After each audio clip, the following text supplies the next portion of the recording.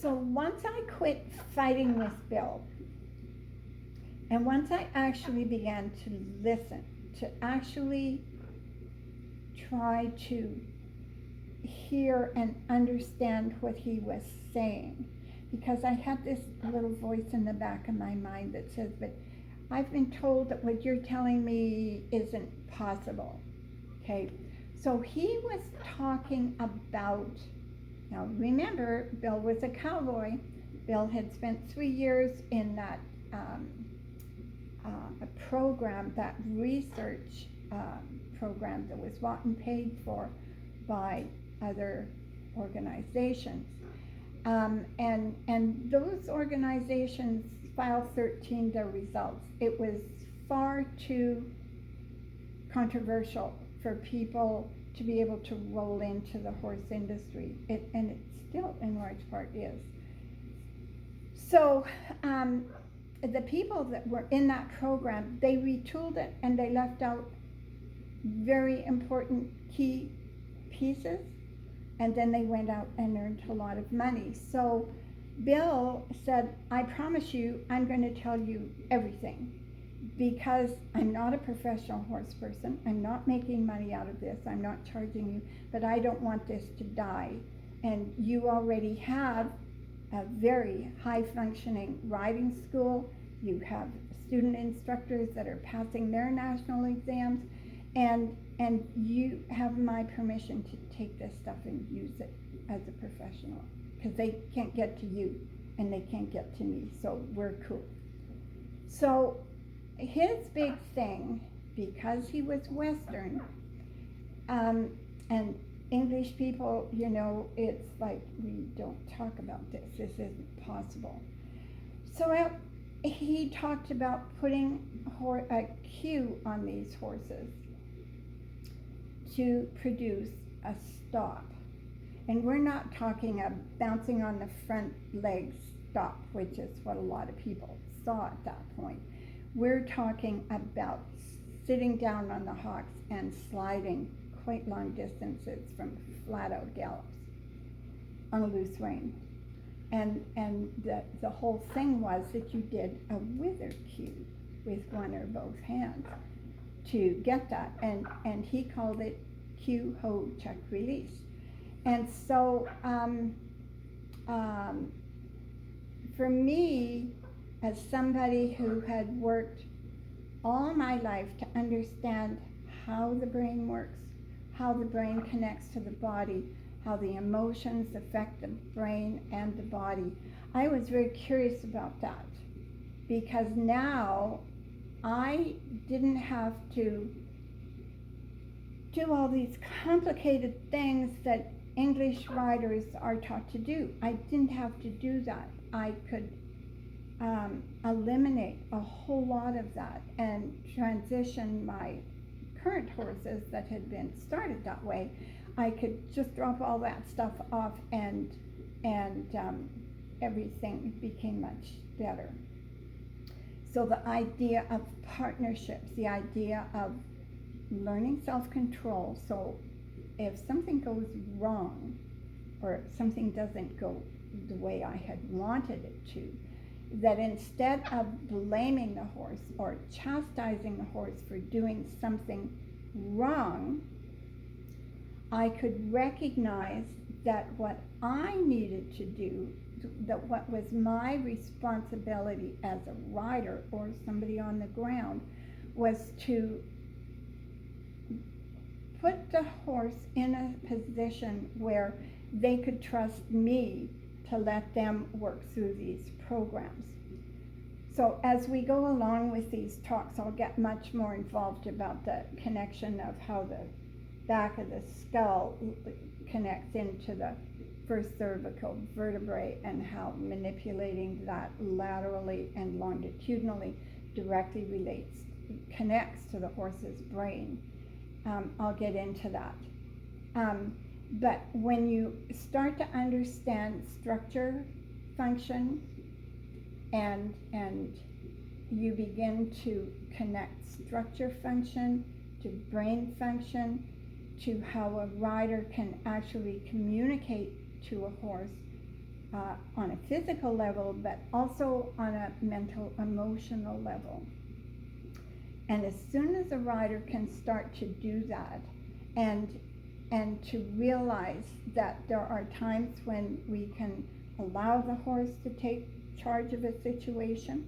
For example, a jumping horse, the rider's riding towards a jump, and they can't see a distance, they don't know. Just quit screwing around with the horse and let the horse take the jump. Then there's other times when the horse is coming to a jump and they say, I don't know what to do with this. Then it's the rider's obligation to take charge and say, I got this. It's my turn to help you. And then the rider can adequately take not control, not charge, but be there to support the horse to get the job done. When you're looking at a shying situation, and see, that's another thing. Now we have to be aware of our whole environment. So we're not just focusing everything down on what we're doing, and you see these hunched over riders with a death grip on the reins, but that you open yourself up and you're functioning on so many different levels. You've got the feelings that you're sending to the horse.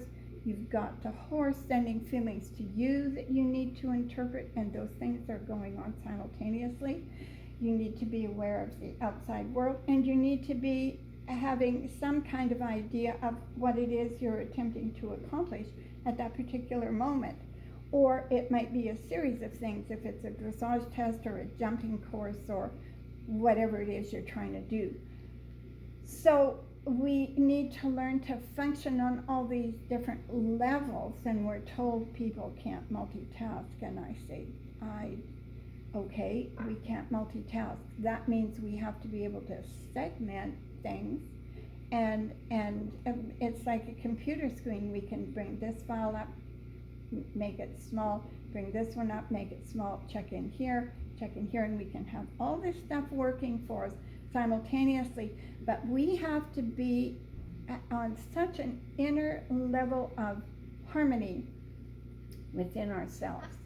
We have to be so acutely aware of all of these different things that are happening and not have it overload our mental, emotional circuits. We have to be able to do that. So my job, and there's this split between being a riding instructor or a music instructor and becoming a coach. And then beyond that, there's this becoming a mentor, because we have to function on all these different levels. But if our home environment hasn't set us up to do that, and I haven't met too many people that it has, they are out there, but you don't come across them very often. So when I take on a new rider, which I don't hardly ever do anymore, but I feel a deep sense of obligation to have total honesty with them, but at the same time I expect them to have honesty with me. And so sometimes when you're a professional educator, regardless of what you're teaching, we have all this mental, emotional, personal growth and development stuff that has to be considered if you're going to actually produce high functioning people in whatever industry you're working with. And for example, let's take this back to fish. On one of the fish groups that I am a member of, this young man approached me and he said, I need some advice. He went out and bought a 20-gallon aquarium, and maybe bought it on a Tuesday. He bought the gravel and the artificial plants and some artificial, don't enter signs, put his water in, set the light and the power and everything, the air pump had a hang-on back filter.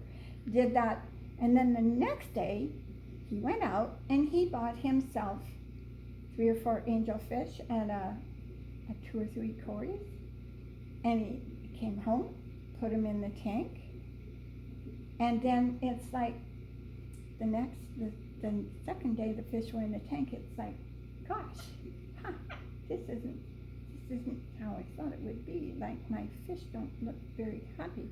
And so he posted this on this fish link, and I saw it, and I said, boy, you've just made all the mistakes that everybody makes, because we all see the end result. We don't see the steps that we have to take to be able to get there. And I think one of the things, because I sure don't need to sit in front of this camera and flap my bottom jaw to entertain myself. I'm actually trying to do something useful here. And what that is to open some doorways so that people can have an honest conversation about how to overcome things. It's our desire for perfection, our desire to have gratification when we want it, all of that stuff, our fear of failure, our whatever it is that hangs you up. If you're going to work with horses, and you can pretty much say the same thing about fish and dogs and birds, like most people, this is an Amazon, it's a mealy Amazon. And you very seldom see people that have the Amazon sit above them or have the Amazon sit on their shoulders, and she rides on my shoulder all the time, because they're labeled as unpredictable biters, and they can be very cranky to deal with. But because I have some degree of understanding of what it takes to keep my bird happy, what her social needs are, what her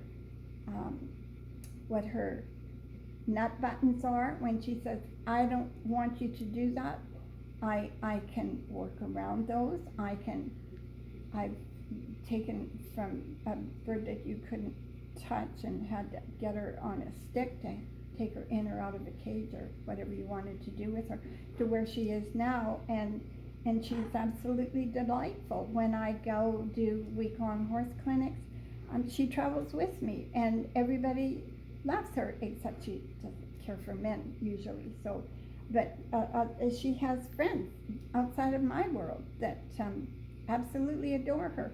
So, but to be able to understand whatever creature you're working with, be it a fish or a bird or a dog or a horse, and other people, to be able to give them that's the wrong word, to be able to open doors so that we can understand how to be better balanced within ourselves.